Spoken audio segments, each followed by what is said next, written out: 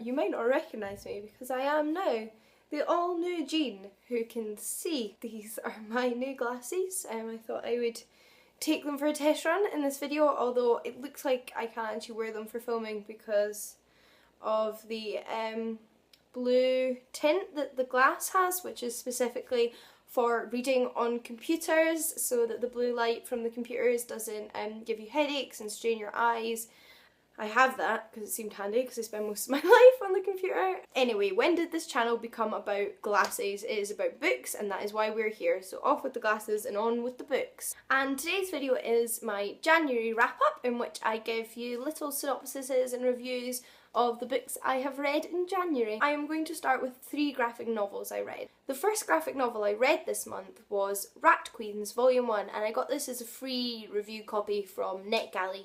It is a high fantasy kind of comedic graphic novel series about a group of questers, of female questers of different mythical magical races who the city employs to help them out with dangerous problems and so on and so forth. The 4 women, however, can be a danger in themselves, and they're not well liked by everybody in their town.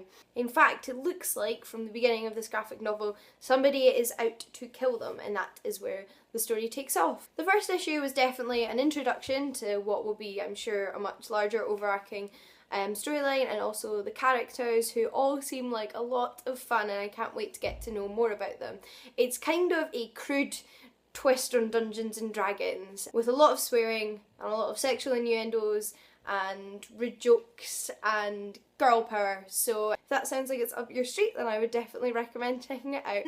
The next graphic novel is another first in a series, although a first in a spin-off series, and that is Fairest Volume 1. This is a spin-off series from the Fables graphic novel series, which you've heard me talk about before. I didn't enjoy this as much as I'm enjoying the Fables series, unfortunately. It was still fun, but I'm not in any desperate hurry to continue on at the moment. The idea is that this series is predominantly based around the female characters of our favourite fairy tales, and I felt like a lot of the first volume actually was based equally around the male characters, so it didn't really feel any different in that respect, which was slightly misleading, I guess, and that instantly kind of put me off from the offset, and I'm definitely going to give the series a chance. I love the Fables universe, but I worry that that's the main reason I enjoyed this graphic novel rather than it on its own merit. If you've read the Fairest series as well though, I'd love to know what you think of it in comparison to Fables and if it improves. One good thing about it though was the art. Every page was really beautiful to look at. And the last graphic novel I read this month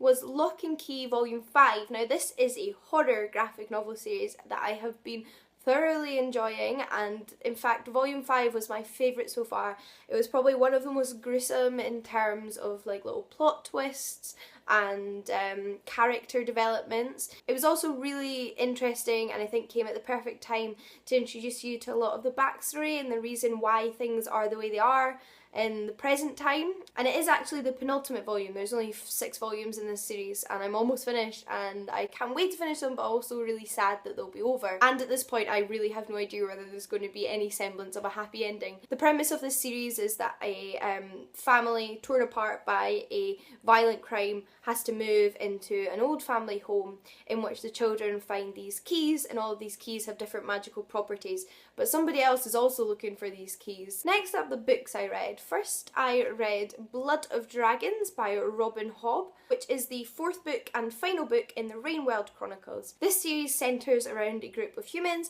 and a group of dragons as they set out to kind of re-establish the dragon race, which has been absent from the wild for quite some time. It's also a multiple perspective series. I think it's definitely a must read for any high fantasy fans. The 4th one in particular was nice and chunky, which was good. There was some really excellent conclusions to the characters' stories, and all round I just thought it was a nice ending to the series. I have no faults or qualms with how things ended. Next up is a book you probably haven't managed to escape on my channel recently because I've mentioned it quite a few times and I've done an independent review of it, and that is Hold Your Own by Kate Tempest, which is a collection of poetry all centred around the ancient Greek myth of Tiresias. I think one of the things I will say about this book in this video is that this is the kind of book of poetry where you can be a connoisseur of poetry or never have read poetry before and still enjoy it. So I would highly recommend checking it out if you want to get into poetry. I also read 2 ancient Greek plays from this collection of Aeschylus's work. Aeschylus was a 5th century tragedian in Athens, and the 2 plays I read from this collection are Prometheus Bound and The Suppliants. I enjoyed Prometheus Bound more than The Suppliants. In fact, I didn't really enjoy The Suppliants at all. My only problem with plays is that I am a massive fan in general of reading plays. I think you need to see them to get the full experience, so I think that my opinion on them when I've not seen them in person is always dampened by that. And unfortunately not a lot happened in either stories, but Prometheus Bound did give you a nice insight into the myth of Prometheus and the myth of Io, which I enjoyed, and it was a nice adaptation. I mean, it wasn't a nice story, not a lot of nice things happen in it, but it was enjoyable to read, so I would definitely say I preferred that. But I think the next Aeschylus play I would like to read is probably The Persians, because it's one of his most highly regarded works. And last but certainly not least are 2 non-fiction books. I'm so happy I read 2 full non-fiction books this month. One being The Philosophy of Vegetarianism by Daniel A. Dombrowski. I have lots of feelings and mixed feelings about this book. It is a really enjoyable, fast-paced non-fiction read. It's not very long at all, and I think it's probably quite accessible with only a basic knowledge of Greek philosophy and Greek history. So I would say my enjoyment experience of this book was probably a 4-star experience.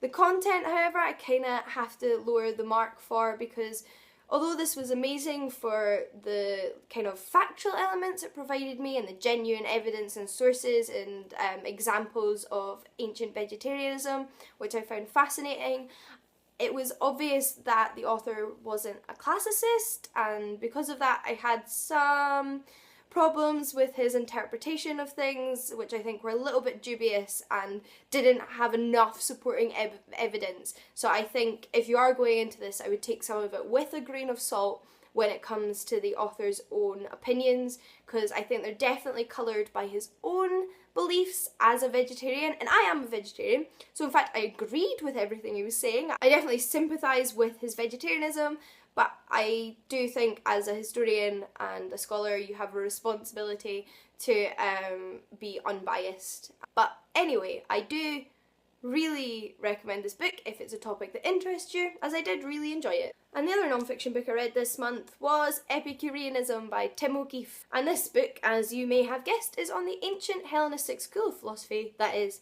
Epicureanism. This is a branch of philosophy based on ancient atomism with a heavy importance placed on ethics and the pleasurable and good life. Epicureans are just a philosophical school that really fascinates me. I really enjoy reading about their philosophy, and I'm doing a course on them at the moment. This book in itself, again, was not very long. It was about 170 something pages, and just a really good introduction, really concise, covered most of the important elements and inspired a further interest in the topic. But that is it.